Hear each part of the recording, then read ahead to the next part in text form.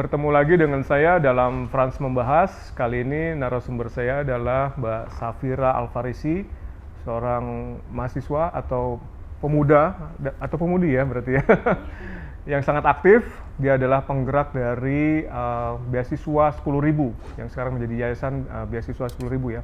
Di mana penerima manfaat beasiswa ini ada berjumlah sekitar 9.000 orang berupa biaya sekolah, ada juga bimbingan les ya. Dan ada sekitar berapa? 20.000 sukarelawan? 2.000 sukarelawan. Luar biasa nih Mbak Safira. Bisa cerita sedikit nggak bagaimana awal mulanya beasiswa 10.000 itu, kenapa membuat satu gerakan untuk memberikan beasiswa? Ada dua latar belakang Pak Frans. Yang pertama karena motivasi utama, karena Safira merupakan bisa dibilang anak kurang mampu ya Pak. Ayah bekerja, aku manggil Abi, bekerja sebagai kuli bangunan, mama ibu rumah tangga. Jadi awalnya kuliah adalah hal yang mustahil Pak untuk keluarga Safira, hingga akhirnya bisa berkuliah di komunikasi IPB karena bantuan beasiswa dari pihak lain. Kalau beasiswa apa tuh? Itu beasiswa prestasi Pak dari Permata Bank Syariah. Ya, karena Safira ngerasakan betul, ya Allah dibantu di detik-detik terakhir Pak, yang tadinya hopeless kayaknya nggak bisa kuliah deh. Sampai akhirnya Allah kasih pertolongan di last day, benar-benar 2 atau 3 hari. Dan aku merasa, oh gini ya rasanya dibantu gitu, oh gini ya berkahnya dibantu. Sehingga yang membuat Safira termotivasi Pak untuk melakukan hal yang sama. Ngebantu teman-teman di luar sana yang punya latar belakang sama seperti Safira. Itu latar belakang motivasi pribadi. Kalau dari luarnya, karena berdasarkan data dari Badan Pusat Statistik tahun 2017 pada saat itu, 7 dari 10 anak di Indonesia tidak mendapatkan pendidikan yang layak gitu. Dari 10 jari 7-nya gitu ya Pak ya yang nggak layak. Dan itu ya Allah, aku kayak gini aja istilahnya udah sulit gitu untuk berjuang pendidikan, apalagi yang di pelosok-pelosok, apalagi di daerah yang 3T, apalagi mereka yang lebih jauh dari fasilitas. Nah makanya makin termotivasi untuk nggak pengen jadi mahasiswa yang biasa-biasa aja Pak Frans. Dan akhirnya komit sama diri sendiri, nggak boleh jadi kupu-kupu, kuliah pulang. Kalau bisa harus jadi mahasiswa yang do something gitu. Dan akhirnya semester 1 kuliah, Safira coba ikut lomba-lomba. Alhamdulillah beberapa diantaranya menang juara 1 nasional, sehingga di semester 2 ngerasa mau coba bikin lomba gitu Pak. Dan akhirnya bikin program pertukaran pelajar internasional pada saat itu yang memberangkatkan lebih dari 100 pelajar ke Malaysia, Singapura, Sydney, Australia, dan Hong Kong secara gratis. Total pendaftarnya dari 15 negara, dengan posisi Safira belum pernah keluar negeri sama sekali Pak. Pasport aja nggak punya gitu ya, bikin pasport aja nggak mampu. Ikutan keluar negeri juga? Ikut karena kan penanggung jawab program. Kemana tuh ikutnya? Ke semuanya Pak. Tapi terakhir yang ke Hong Kong nggak ikut karena kasih kesempatan buat yang lain gitu. Dan akhirnya Alhamdulillah lancar dan surplus dari program pertukaran pelajar tersebut, Safira dan teman-teman niatkan untuk membangun yayasan. Nah yang bernama Yayasan Beasiswa 10.000. Pada saat itu modalnya cuma 10 juta Pak. Jadi modal awalnya 10 juta Pak Frans, tapi ternyata 10 juta rupiah itu habis di awal untuk pembayaran akta notaris. Dan benar-benar beasiswa 10.000 dimulai dengan 0 rupiah. Tapi alhamdulillah kita bikin event perdana yang dengan event tersebut 1 bulan pertama kita mendapat surplus 120 juta rupiah. Wow, dalam 1 bulan? Dalam 1 bulan hanya melalui Instagram. Safira kan jurusan komunikasi ya Pak, jadi belajar event organizer dan coba di. Saya harus banyak belajar nih dari Mbak Safira. Aduh, terima kasih Pak Frans. Dari 0, 150 juta bulan pertama, terus katanya pernah dapat ini juga tawaran lah dari pemodal atau investor sampai puluhan miliar gitu ya? Iya, pernah Pak. Tapi ditolak ya? Karena ada sesuatu yang nggak sesuai sama hati nurani kita gitu. Ya, jadi pengen banget ini pure dari anak-anak muda, kita nggak digaji dan nggak dibayar sepeser pun Pak dari sini. Dan kita memang sukarelawan yang 2.000 orang tadi itu. Dan kita memang niatkan kita nggak mau sekedar uang bensin, sekedar uang pulsa. Sama sekali. Ada komitmen dari awal ya? Komitmen, karena insya Allah kita percaya ini ladang pahala kita justru Pak. Biar itu rata-rata mahasiswa tuh sukarelawan? Mahasiswa Pak, mahasiswa, tapi ada juga anak SMA tapi yang tingkat akhir. Iya. Itu mencari sukarelawannya gimana caranya tuh? Online, gitu. lewat Jadi Instagram. nggak wawancara langsung atau apa gitu ya, online semua? Wawancaranya virtual, Pak. Jadi kita tes kan seleksi, terus nanti dari ribuan orang, setiap daerahnya itu kepilih 100 orang. Dan 100 orang itu pengurus pusat datengin langsung ke tiap-tiap daerah untuk dilantik. Jadi keliling dong kamu ya? Keliling, alhamdulillah. Ini kan udah hampir 3 tahun lah ya, dari 2018 ya, ya beasiswa 10.000 ini. Pasti punya dong pengalaman yang paling mengesankan, misalnya testimoni dari penerima beasiswa atau dari para sukarelawan, atau pengalaman apa nih yang paling berkesan selama 3 tahun ini? Yang paling berkesan adalah saat kita mengadakan pengabdian masyarakat. Jadi beasiswa 10.000 salah satu programnya ada pengabdian masyarakat ke daerah 3T, Pak. Dan pada saat itu kita berangkat ke Entikong, perbatasan Indonesia-Malaysia di Kalimantan Barat. Dan di situ hal yang membuat berkesan adalah kita kaget, ternyata yang ada di film Laskar Pelangi yang sesulit itu pendidikan di Indonesia itu tuh beneran, Pak. Ada ya? Iya, dan di desa... Masih ada gitu ya? Kalau Laskar Pelangi kan masih backgroundnya kan berapa puluh tahun yang lalu ya? Iya, sedangkan betul. ini baru beberapa tahun yang lalu. Iya, itu 2018 ya. Dan kita kaget banget bahwa untuk ke dusun itu, namanya Dusun Punti Engkaras, itu aksesnya sulit sekali, Pak. Benar-benar seterjal itu. Dan juga di sana... Kamu kesana sama teman-teman? Sama volunteers. Ya, sama volunteers beasiswa 10.000. Dan kita di sana seminggu, Pak, untuk mengadakan pengabdian masyarakat di bidang sosial, pendidikan, pelatihan, dan lain-lain. Dan yang bikin kita kaget adalah, ternyata, Pak, di situ cuma ada satu SD. Satu SD, dan satu SD tersebut untuk kelas 1, 2, dan 3 aja. Oh, setelah itu kelas 4-nya? Mereka harus pindah Keluar kota? dusun. Oh, okay. Dan itu harus berjalan kaki selama 1,5 jam. Anak-anaknya itu? Iya, dan dia kayak nyebrang sungai, kayak lewatin semak-semak, dan lain-lain. Dan ternyata di 3 kelas itu, 1, 2, dan 3, gurunya cuma 1, Pak. Namanya Bu Umi, dia yang merangkap sebagai kepala sekolah, TU, guru kelas 1, guru kelas 2, guru kelas 3. Itu sekolah negeri ya? Negeri SDN 04 Putih Tapang, kalau nggak salah.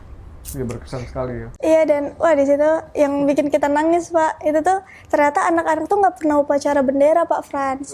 Mereka nggak tahu apa itu upacara bendera, apa esensinya upacara bendera, baris berbarisnya gimana. Ya karena kekurangan SDM guru kan. Nah, akhirnya pas kita kaget, shock, gak bisa dong kalau kayak gini, nasionalisme mereka dari mana. That's why anak-anak remajanya ketika lulus SMP gitu ya, mereka lebih milih untuk bekerja jadi TKI di Malaysia dibanding ingin berkarya, bermimpi besar di Indonesia. Kerja di perkebunan kelapa sawit gitu kali ya? Seharusnya mereka pekerja buruh, Pak, kayak apa ya, ibu rumah tangga, tenaga kerja Indonesia di sana lah. Udah akhirnya kita ajarkan upacara bendera pertama di sana. Kita ngebut tuh, Pak, kita berangkat ke pasar, sulit banget. Beli bendera merah putih, beli map Pancasila segala macam, terus diajarin sama kakak-kakak volunteer. Dan ketika upacara bendera pertama dilakukan di sana, wah, tangisnya pecah banget, Pak Frans. Terharu semua. Aku juga kalau inget kayak masih terharu gitu, Pak. Saya juga ngebayanginnya langsung gimana gitu. Oke. Selanjutnya nih, tadi kan Mbak Safira juga bilang banyak kegiatan, kemudian juga ikut lomba, ada lomba debat ya, kemudian juga lomba yang lainin, speech. Kan pasti sibuk sekali tuh, sementara kuliah juga gitu. Gimana cara bagi waktunya? I believe kalau kita mau mencapai suatu hal, harus juga ada hal lain yang kita korbankan kan ya, Pak. Dan yang Safira korbankan pada saat itu memang benar-benar waktu main dan waktu tidur.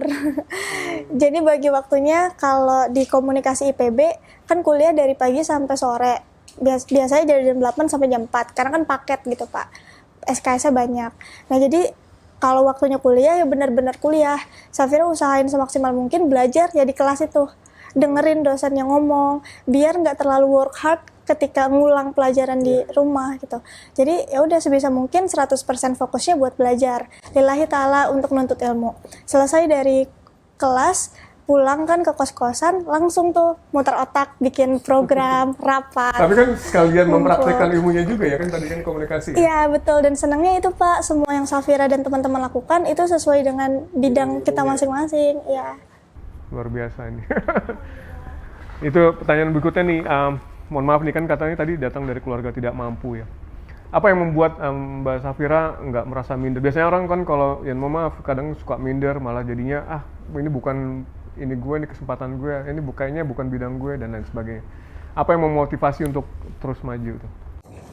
Abi Safira. Oh, ayahnya ya. Karena Abi selalu bilang, jangan malu kalau kita miskin harta, tapi malulah kalau kita miskin akhlak dan juga miskin ilmu. Itu ayahnya masih ada sampai sekarang ya? Masih. Jadi motivasi ya. Masih kerja juga?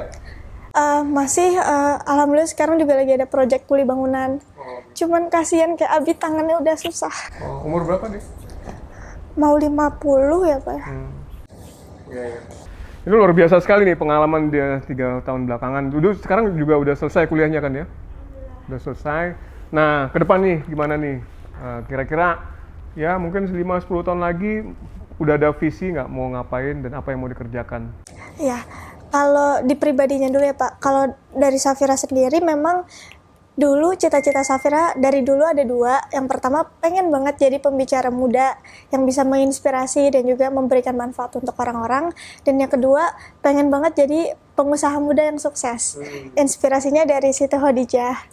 Ya, karena kalau kita jadi orang kaya, kalau kita jadi orang mampu, kita justru bisa lebih banyak membantu orang. Kita bisa banyak sedekah, kita bisa makin bermanfaat, dan lain-lain.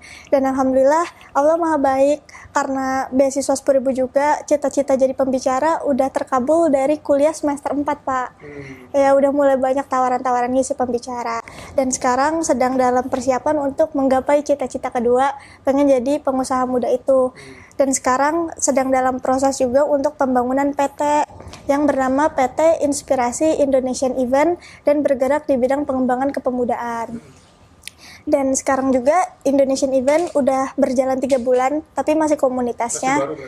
Komunitasnya, kita kan masih ngumpulin uang juga Pak untuk modal PT, tapi alhamdulillah sekarang baru 3 bulan, tapi antusias dari masyarakat besar banget. Dan jadi persiapannya untuk pengembangan itu. Kenapa? Agar teman-teman potensial juga yang volunteers di beasiswa 10.000, yang aku tahu mereka kerjanya tuh kerja ikhlas, etos kerjanya udah kelihatan, mereka orang-orang yang jujur, tapi kan di sini nggak digaji gitu. Sedangkan kita juga harus realistis, mereka semakin dewasa, mereka juga Apalagi pasti nanti kalau udah lulus kuliah sih. betul, mereka pasti juga butuh dana, mau nikah, punya anak gitu-gitu. Dibanding dia kerja misalnya ya cuman kantoran di belakang layar, admin gitu-gitu kan. Lebih baik dia bekerja tapi memang sesuai dengan niat baik dia untuk berkontribusi, apalagi pengembangan pemuda di bonus demografi ini kan ya Pak. Udah akhirnya insya Allah semoga ini juga bisa jadi jalan selain untuk bisa bermanfaat, tapi membuka lapangan kerja untuk anak-anak muda juga. Nah, tapi kalau di beasiswa 10.000-nya, plan ke depannya insya Allah kita juga pengen banget bisa open volunteers lagi di daerah. Karena sekarang terkendalanya kan pandemi ya Pak. Jadi karena hal yang kita rasakan kontribusinya bisa cepat menyebar ya karena ada volunteers itu yang setiap daerah yang mereka terjun langsung, mereka ngajarin langsung, mereka pakai hati langsung gitu setiap kegiatannya. Nah cuman itu semua belum bisa terlaksana karena ini. Nah harapannya semoga, mohon doanya juga Pak Frans dan teman-teman yang nonton, one day setelah pandemi kita bisa oprek volunteers lagi dan pengen banget punya sekolah gratis untuk anak-anak Indonesia. Amin. Kalau boleh tahu tadi Indonesian Event apa itu kegiatan utamanya? Kita sekarang lagi open beasiswa Indonesian Event namanya, dengan kerjasama yang kita dapetin juga dari pihak-pihak luar. Tapi kalau inti dari Indonesian Event, kita punya program yang namanya Duta Inspirasi Indonesian Event Pak. Jadi itu kita milih sepasang putra-putri terbaik dari setiap provinsi di Indonesia. Kan ada 34 provinsi, jadi ada total 68 pemuda-pemudi yang tugasnya itu menebarkan positive vibes dan juga menjadi inspirasi untuk sesama dari 5 program di Duta Inspirasi itu. Jadi kita pengembangan melalui TikTok, Indonesian Event TikTok, Indonesian Event YouTube, Indonesian Event Podcast di Spotify, lalu Duta Inspirasi Library plus LinkedIn, dan yang terakhir pengelola akun Millennials Menginspirasi. Khusus milenial, saya udah nggak boleh ikut ya? Bapak cocoknya pembina. Ya luar biasa sekali nih idenya. Ini kayaknya saya juga baru dengar nih ada ide seperti itu dan luar biasa dan antusiasmenya tinggi ya. Alhamdulillah Pak, luar biasa. Ini beasiswa baru dibuka hari kelima, pendaftarnya udah 5.000 orang. Wow. Berarti ilmu komunikasinya benar-benar kepake ya langsung ya. Alhamdulillah sesuai passion. Ini terakhir nih Mbak Safira, terkait dengan tadi kan udah punya pengalaman, terus nanti rencana ke depan apa? Bisa nggak sharing kira-kira buat para kaum milenial nih, anak-anak muda yang sekarang lagi nonton, kira-kira apa nih yang mau disampaikan? Ya bukan nasihat lah, apa ya, sharing lah seperti apa gitu. Halo teman-teman, anak muda dan juga millennials di seluruh Indonesia. Sekarang kita sedang memasuki fase bonus demografi ya Pak, yang potensi kepemudaannya tuh besar banget di Indonesia, karena dari total seluruh penduduk Indonesia, kita akan didominasi oleh usia produktif yang masuk ke dalam kategori millennials. Dan ini berlangsung dari tahun 2020 hingga 2035. Sedangkan di tahun 2045-nya ada cita-cita leluhur bangsa kita, Pak, yaitu yang ingin mencapai Indonesia emas di 100 tahun kemerdekaannya Indonesia. Dan kita punya potensi yang besar banget nih, sekarang hingga 15 tahun ke depan untuk menjadi pemuda yang bergerak maju, pemuda yang kontributif, pemuda yang bisa menyumbang hal-hal baik untuk kemajuan Indonesia dan generasi selanjutnya. Dan itu bisa dimulai dari diri kita sendiri, teman-teman. Nggak perlu nunggu kita bisa jadi sebesar Mbak Najwa Shihab untuk bisa berkontribusi. Nggak perlu kita berhayal pengen jadi sekaya Bill Gates baru bisa membantu sesama. Kita bisa mulai dari diri kita sendiri. Bahkan dari nol kan? Bahkan dari nol, dan juga dengan segala latar belakang dan bidang ilmu kita gitu. Karena hal kecil yang kita lakukan dalam hal apapun itu akan berdampak, Pak, untuk generasi ke depan kita, baik atau buruknya. Dan kalau kita pengen Indonesia ke depannya lebih maju, ya kita mulai dari diri kita sendiri, jadi pribadi yang baik, jadi anak muda yang kontributif, jadi anak muda yang bisa memberikan sesuatu untuk nusa, bangsa, dan agama. Start from yourself gitu, sekecil apapun dan secepat mungkin. Luar biasa nih. Mudah-mudahan banyak yang terinspirasi lagi ya Mbak Safira.